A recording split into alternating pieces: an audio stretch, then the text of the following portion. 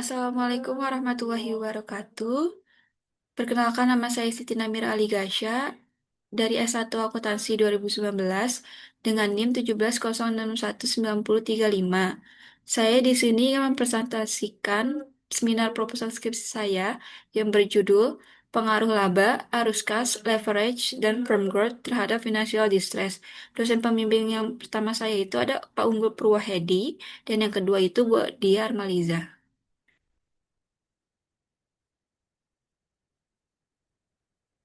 Daftar isi, yang pertama itu adalah daftar belakang, yang kedua itu ada pertanyaan penelitian, yang ketiga itu ada tujuan penelitian, yang keempat itu ada manfaat penelitian, yang kelima itu ada kajian pustaka yang berisi teori dan konsep, yang keenam itu ada hasil penelitian terdahulu dan gap penelitian, yang ketujuh ada pengembangan hipotesis dan kerangka konseptual, yang kedelapan itu ada unit analisis, populasi dan sampel, yang kesembilan itu ada teknik pengambilan data, yang ke-10 itu ada operasionalisasi variabel, yang 11 itu ada teknik analisis data.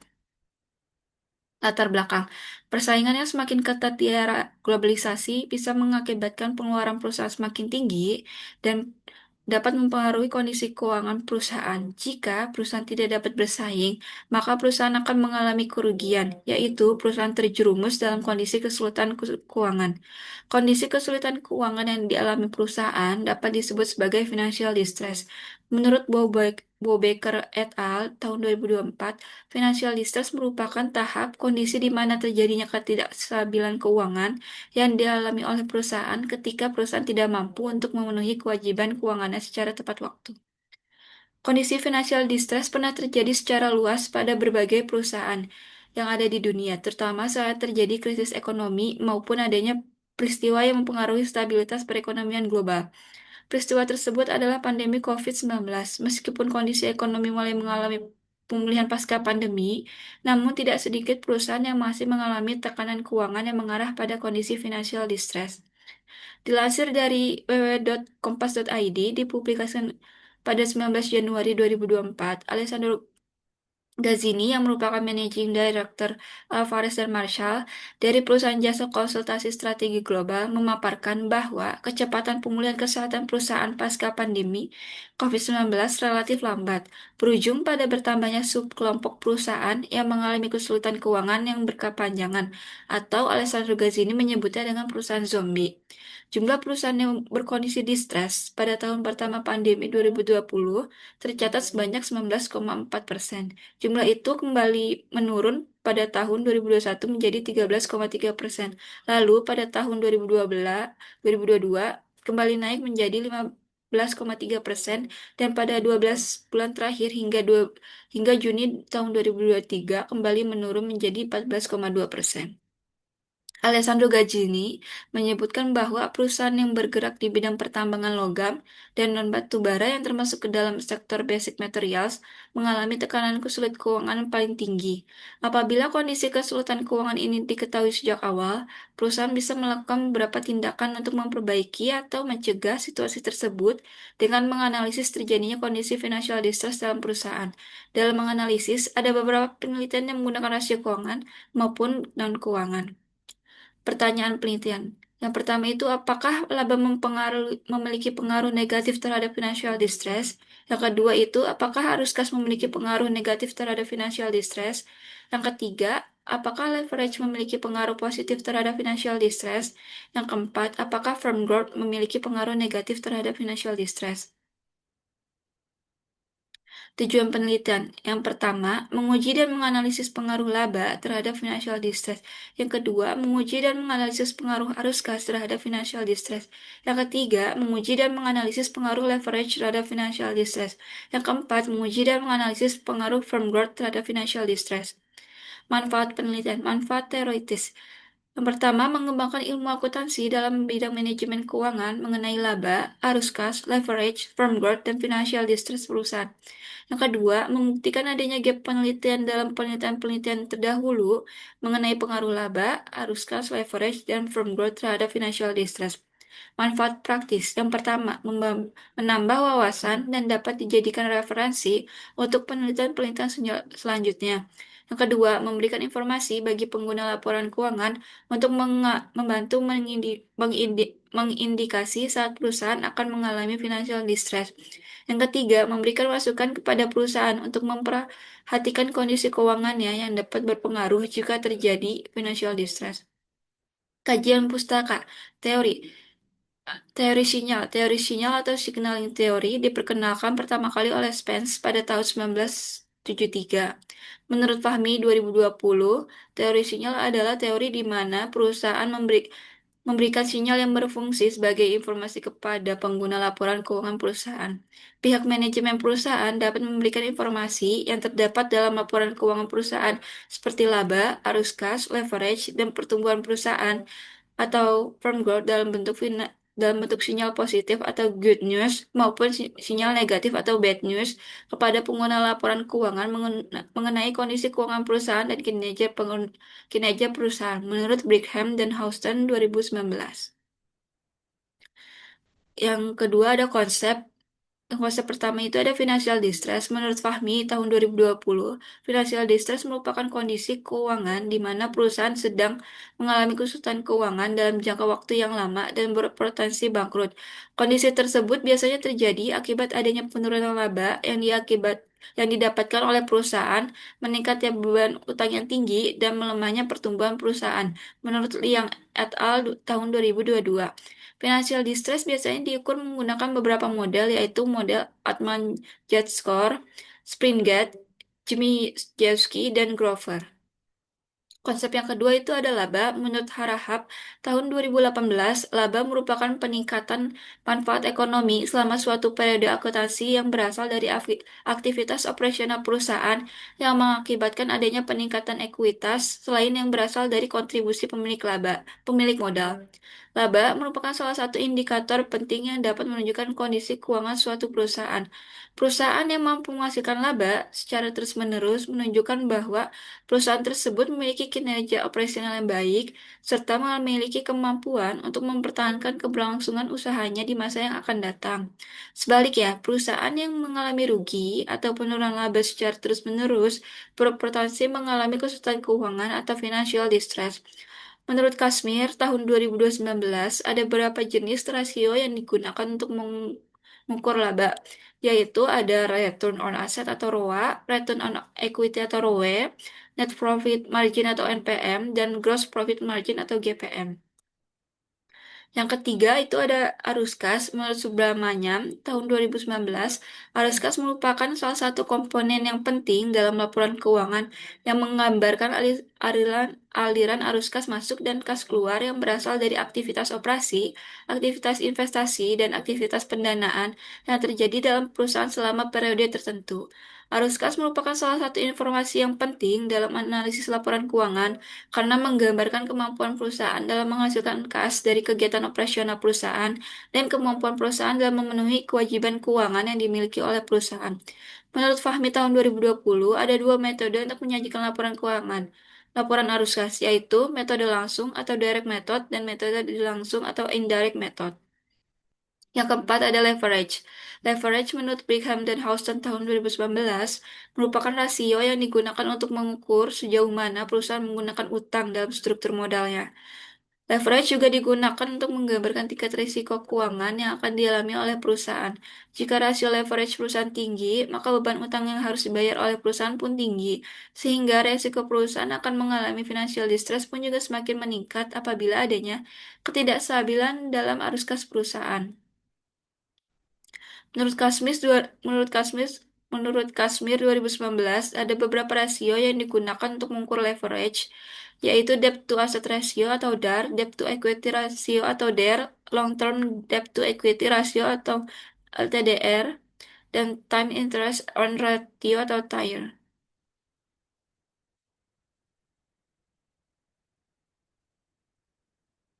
Firm growth. Firm growth atau pertumbuhan perusahaan menurut Sutrisno tahun 2017 merupakan kemampuan yang dimiliki oleh perusahaan dalam meningkatkan ukuran perusahaan yang dapat dilihat dari perkembangan penjualan, aset, maupun laba yang dihasilkan oleh perusahaan. Kinerja keuangan yang sehat menunjukkan bahwa adanya ketidakstabilan dalam pertumbuhan perusahaan. Sebaliknya, jika pertumbuhan perusahaan menurun, maka dapat menjadikan indikasi bahwa adanya permasalahan dalam kinerja keuangan perusahaan yang berpotensi perusahaan mengalami financial distress, menurut Kashmir tahun 2019. Menurut Fahmi tahun 2018, ada beberapa faktor internal dan eksternal yang mempengaruhi pertumbuhan perusahaan. Yang pertama itu ada kinerja keuangan perusahaan, kebijakan investasi, struktur modal, kondisi pasar dan lingkungan ekonomi, dan kualitas manajemen. Penelitian terdahulu. Untuk laba, eh, dengan yang diteliti oleh Yuanita dan Priyadi tahun 2023, laba berpengaruh positif signifikan terhadap financial distress. Yang diteliti oleh Ratuela et al. Tahun 2022, hasilnya, laba berpengaruh negatif signifikan terhadap financial distress. Yang diteliti oleh Firmansyah tahun 2023, laba tidak berpengaruh terhadap financial distress. Untuk arus kas, yang diteliti oleh Kotima dan Gantino tahun 2024, arus kas memiliki pengaruh yang positif terhadap kondisi financial distress. Yang diteliti oleh Purwaningsi dan Safitri tahun 2022, hasilnya arus kas berpengaruh negatif terhadap financial distress. Yang diteliti oleh Novitasari et al. Tahun 2023, arus kas tidak berpengaruh terhadap kondisi financial distress. Untuk leverage, yang diteliti oleh Novitasari et al. Tahun 2023, hasilnya leverage berpengaruh positif terhadap financial distress. Yang diteliti oleh Kotima dan Gantino tahun 2024, hasilnya leverage tidak berpengaruh terhadap financial distress. Untuk firm growth yang diteliti oleh Aprilia ke et al. Tahun 2024, hasilnya sales growth berpengaruh positif terhadap financial distress. Yang diteliti oleh Ratuela et al. Tahun 2022, sales growth berpengaruh negatif tetapi tidak signifikan terhadap financial distress. Yang diteliti oleh Ramawati dan Setiawati tahun 2022, firm growth tidak berpengaruh terhadap kondisi financial distress. Pengembangan hipotesis. Hipotesis yang pertama yaitu laba berpengaruh negatif terhadap financial distress. Yang kedua itu arus kas berpengaruh negatif terhadap financial distress. Yang ketiga itu leverage berpengaruh positif terhadap financial distress. Yang keempat itu firm growth berpengaruh negatif terhadap financial distress. Kerangka konseptualnya adalah sebagai berikut, di mana laba menjadi hipotesis pertama, arus kas hipotesis kedua, leverage hipotesis ketiga, firm growth hipotesis keempat terhadap financial distress. Untuk metode penelitian, unit analisis yang digunakan pada penelitian ini adalah perusahaan sektor basic materials yang terdaftar di Bursa Efek Indonesia periode tahun 2022 sampai 2024. Populasi yang digunakan adalah 109 perusahaan populasi pada penelitian ini adalah 109 perusahaan sektor basic materials yang terdaftar di Bursa Efek Indonesia periode tahun 2022 sampai 2024. Sampelnya, teknik pengambilan sampel yang digunakan dalam penelitian ini adalah teknik purposive sampling. Untuk kriteria sampel ya, yang pertama itu ada perusahaan sektor basic materials yang terdaftar di Bursa Efek Indonesia selama periode tahun 2022 sampai 2024 itu berjumlah 109 perusahaan. Untuk yang kedua, perusahaan sektor basic materials yang tidak menerbitkan dan mempublikasikan laporan keuangan secara konsisten selama periode 2022 sampai 2024 itu ada 28 perusahaan. Dan ketiga, perusahaan sektor basic materials yang tidak menggunakan mata uang rupiah itu ada 23 perusahaan. Total sampel menjadi 58 perusahaan dengan periode tahun 2022 sampai 2024 menjadi 174 perusahaan. Teknik pengambilan data. Jenis data yang digunakan untuk melakukan penelitian adalah data kuantitatif dan sumber data yang digunakan adalah data sekunder berupa laporan keuangan. Teknik pengambilan data yang dilakukan dalam penelitian ini menggunakan studi dokumentasi. Untuk variabel independen yang pertama itu adalah laba. Laba merupakan selisih antara total pendapatan yang dihasilkan oleh perusahaan dengan total beban dan biaya yang dikeluarkan. Peneliti menggunakan rasio return on asset atau ROA. Rumusnya adalah sebagai berikut. ROA sama dengan laba bersih dibagi total aset. Arus kas. Arus kas merupakan aliran kas atau setara kas yang masuk dan keluar dalam perusahaan yang menggambarkan sebuah aktivitas operasional, investasi, dan pendanaan. Arus kas yang digunakan dalam penelitian ini adalah arus kas operasi. Rumusnya adalah sebagai berikut. AKO atau arus kas operasi dibagi total aset. Leverage. Leverage merupakan pengukuran yang digunakan untuk mengetahui sejauh mana perusahaan menggunakan utang dalam membiayai aset dan kegiatan operasionalnya. Pada penelitian ini menggunakan debt to asset ratio atau DAR. Rumusnya adalah sebagai berikut: total uang dibagi total aset. Firm growth. Firm growth merupakan peningkatan kapasitas penjualan atau pendapatan perusahaan dari periode sebelumnya, atau bisa juga disebut pertumbuhan perusahaan. Peneliti menggunakan sales growth sebagai proksi untuk mengukur firm growth. Rumusnya adalah sebagai berikut: sales growth penjualan T dikurang penjualan T dikurang satu dibagi penjualan T dikurang satu, di mana penjualan T itu total penjualan pada periode berjalan dan penjualan T dikurang satu itu total penjualan pada periode sebelumnya. Untuk variabel dependent itu ada financial distress. Financial distress merupakan kondisi keuangan di mana perusahaan sedang mengalami kesulitan keuangan dalam jangka waktu yang lama dan berpotensi bangkrut. Peneliti menggunakan Altman-J score yang telah dimodifikasi oleh Altman untuk mengukur financial distress. Rumusnya adalah sebagai berikut. FD atau Financial Distress Index 6,56, working capital dibagi total aset ditambah 3,26, return earning dibagi total aset ditambah 6,72, earning before interest and tax dibagi total aset ditambah 1,05, book value of equity dibagi book value of total liabilitas. Interpretasi untuk just score adalah sebagai berikut, di mana Financial Distress Index-nya jika lebih dari 2,60 perusahaan, maka dalam kondisi yang baik. Jika 1,1 kurang dari Financial Distress Index dan kurang dari 2,60, maka perusahaan dalam kondisi hampir bangkrut. Dan yang untuk Financial Distress kurang dari 1,1, maka perusahaan mengalami Financial Distress. Teknik analisis statistik deskriptif. Menurut Ghazali tahun 2021, statistik deskriptif merupakan metode analisis yang menjelaskan suatu data yang dilihat dari nilai rata-rata atau mean, standar deviasi, nilai maksimum, dan nilai minimum. Untuk selanjutnya ada analisis regresi data panel. Analisis regresi data panel merupakan metode analisis yang menggabungkan data time series atau waktu dan cross-section atau antar perusahaan atau individu dalam satu model. Menurut Ghazali tahun 2021, rumusnya adalah sebagai berikut.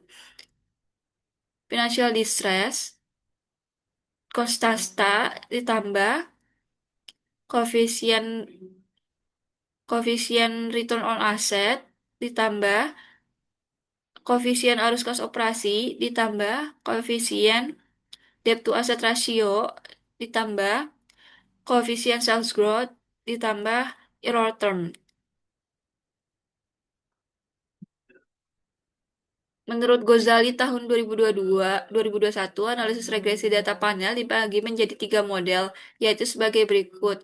Yang pertama ada Common Effect Model atau CEM. Common Effect Model merupakan model regresi data panel yang mengasumsikan bahwa tidak terdapat perbedaan karakteristik antar individu maupun antar waktu, sehingga semua data digabungkan menjadi satu dan dianalisis menggunakan metode ordinary least square atau OLS. Yang kedua ada Fixed Effect Model. Fixed Effect Model merupakan model regresi data panel yang mengasumsikan bahwa terdapat perbedaan pada setiap individu yang diamati dan dianalisis menggunakan least square dummy variable. Yang ketiga ada Random Effect Model. Random Effect Model merupakan model regresi data panel yang mengasumsikan bahwa perbedaan antar individu bersifat acak atau random dan menggunakan generalized least square. Untuk menentukan model apakah yang paling tepat digunakan, dilakukan beberapa uji. Yang pertama itu ada uji Chow, digunakan untuk memilih antara common effect model dan fixed effect model. Jika nilai probabilitasnya dia lebih dari 0,05, maka model yang paling tepat digunakan adalah common effect model. Yang kedua itu uji Hausman. Uji Hausman digunakan untuk memilih antara fixed effect model dan random effect model. Jika nilai probabilitasnya lebih dari 0,05, maka model yang paling tepat digunakan adalah random effect model. Untuk yang ketiga ada uji Lagrange multiplier. Digunakan untuk memilih antara common effect model dan random effect model. Jika nilai probabilitasnya lebih dari 0,05, maka model yang paling tepat untuk digunakan adalah common effect model. Selanjutnya ada uji asumsi klasik. Penelitian ini hanya menggunakan uji multikolinearitas dan uji heteroskedastisitas. Untuk uji multikolinearitas dilakukan untuk menguji apakah dalam regresi ditemukan adanya korelasi antar variabel independen menurut Ghazali tahun 2021. Jika nilai toleransi lebih dari 0,10 atau nilai FIV-nya lebih kurang dari 10, maka dapat disimpulkan data bebas dari multikolinearitas. Namun jika nilai toleransi kurang dari 0,10 atau nilai FIV-nya lebih dari 10, maka terdapat multikolinearitas. Untuk uji heteroskedastisitas, menurut Ghazali tahun 2021, uji heteroskedastisitas ini dilakukan untuk mengetahui apakah dalam model regresi terjadi ketidaksamaan varians dari residual pengamatan yang satu ke pengamatan yang lain. Jika signifikansinya lebih dari 0,05, maka tidak terjadi heteroskedastisitas. Namun jika signifikansinya kurang dari 0,05, maka terjadi heteroskedastisitas. Untuk selanjutnya ada pengujian hipotesis. Yang pertama ada uji koefisien determinasi atau uji R. Uji koefisien determinasi dilakukan untuk mengetahui kemampuan model dalam menerangkan variasi variabel dependen menurut Ghazali tahun 2021. Jika nilai R pangkat 2 mendekati 1, berarti kemampuan model menjelaskan variabel dependen semakin kuat. Jika nilai R pangkat 2 mendekati 0, berarti kemampuan model menjelaskan variabel dependen semakin lemah. Yang kedua itu aja uji F atau simultan. Uji F dilakukan untuk melihat apakah variabel independen secara simultan atau bersama-sama berpengaruh terhadap variabel dependen menurut Ghazali tahun 2021. Jika signifikansinya kurang dari 0,05, maka terdapat pengaruh antara variabel independen terhadap variabel dependen secara simultan. Jika signifikansinya lebih dari 0,05, maka tidak terdapat pengaruh antara variabel independen terhadap variabel dependen secara simultan. Yang ketiga itu ada uji T atau parsial. Uji T dilakukan untuk mengetahui pengaruh yang dimiliki masing-masing variabel independen secara parsial atau individual terhadap variabel dependen menurut Gojali tahun 2021. Uji T dapat dilakukan dengan cara membandingkan nilai signifikansi dengan tingkat signifikansi, yaitu 0,05 atau dengan membandingkan nilai T hitung dengan T tabel. Jika nilai signifikansinya kurang dari 0,05 atau nilai T hitung lebih besar dari T tabel, maka variabel independen berpengaruh terhadap variabel dependen secara parsial. Jika nilai signifikansinya lebih dari 0,05 atau nilai T hitung lebih kecil dari T tabel, maka variabel independen tidak memiliki pengaruh terhadap variabel dependen secara parsial. Sekian dari saya. Wassalamualaikum warahmatullahi wabarakatuh. Terima kasih.